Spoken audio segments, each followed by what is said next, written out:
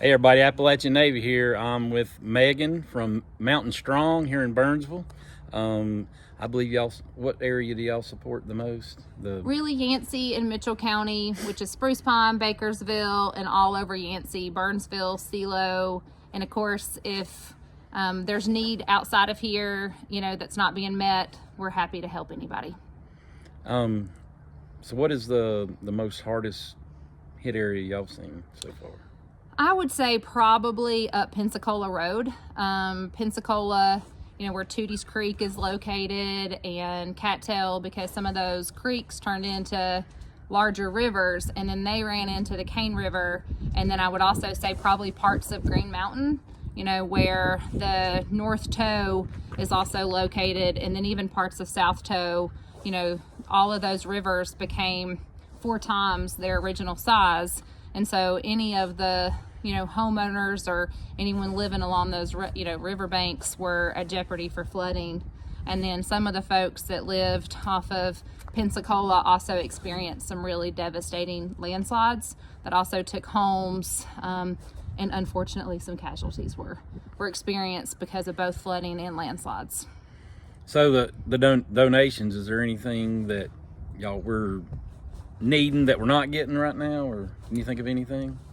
We have really been getting so blessed and getting everything we need. There's been some requests for some shop vacs for folks that are trying to clean out basements and those kind of things. But it's really, I think, just feeling loved and not forgotten is the most important thing. And because of folks like you and other neighbors that are now friends, we feel loved, we feel blessed. And it wasn't, just a one-time thing. We still have, folks like you that are reaching out every week and saying, what do you need and how can we fill gaps? And, I know you're dropping off stuff at all the different supply places. And what blesses us is that we get individual requests from families. And so we're able to put together intentional care packages. So if it's a heating source or it's, someone paying utility bills or helping people stay in their homes, we're able to do that because we've been blessed by other organizations that have, made sure that we have the resources we need to bless those families.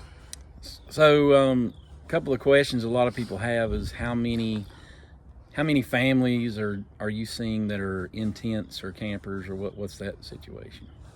Well, I know that Yancey County Schools alone had 86 children that were displaced. And displaced means, not only did they lose their homes, but they also didn't have a relative or another stable structure to move into. And so we've been really working with the schools to make sure that those kiddos and their families are taken care of. But I think I read that 90 campers have been delivered to Yancey County.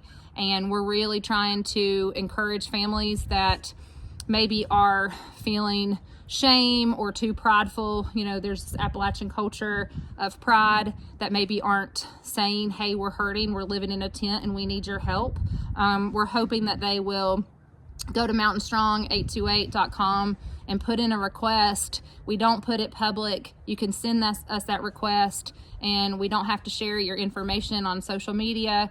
We will just call you and make sure that you have the resources to make sure that your family is not only safe but warm this winter. And yes, I think there are still some folks that probably are living in tents, but I'm not sure I know that number. I know that we've had probably over 90 campers that have been delivered just to these counties alone. And the other question I have is there seems to be a little bit of a gap between the local government resources and then people like you and the other distribution hubs as far as getting stuff to families out there. Can you say anything about that? Yeah, so I wonder if some of that disconnect is coming from,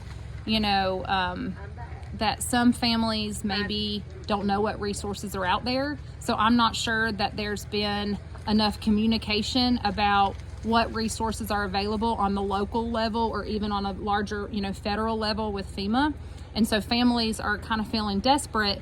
And so, that process for filling out paperwork and waiting for a FEMA inspection or filling out that FEMA application and actually getting the services you know, we're already in the depths of winter and families are cold. And so because those processes often are really lengthy, or local government is trying to work with FEMA and it's just, I mean, it could be April or May before some folks are actually seeing the benefits from any of the government help. We're trying to fill those gaps because we want to make sure that the families are not experiencing more trauma after already experienced the traumatic, you know, Helene was very traumatic for families, and so the last thing we want is for families to be unhoused or cold or not have their needs met.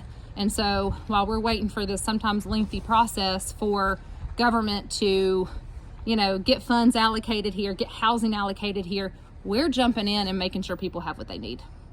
Okay. Well, folks, I appreciate it, and my email's in the description as always. Thank you. Thank you for blessing us.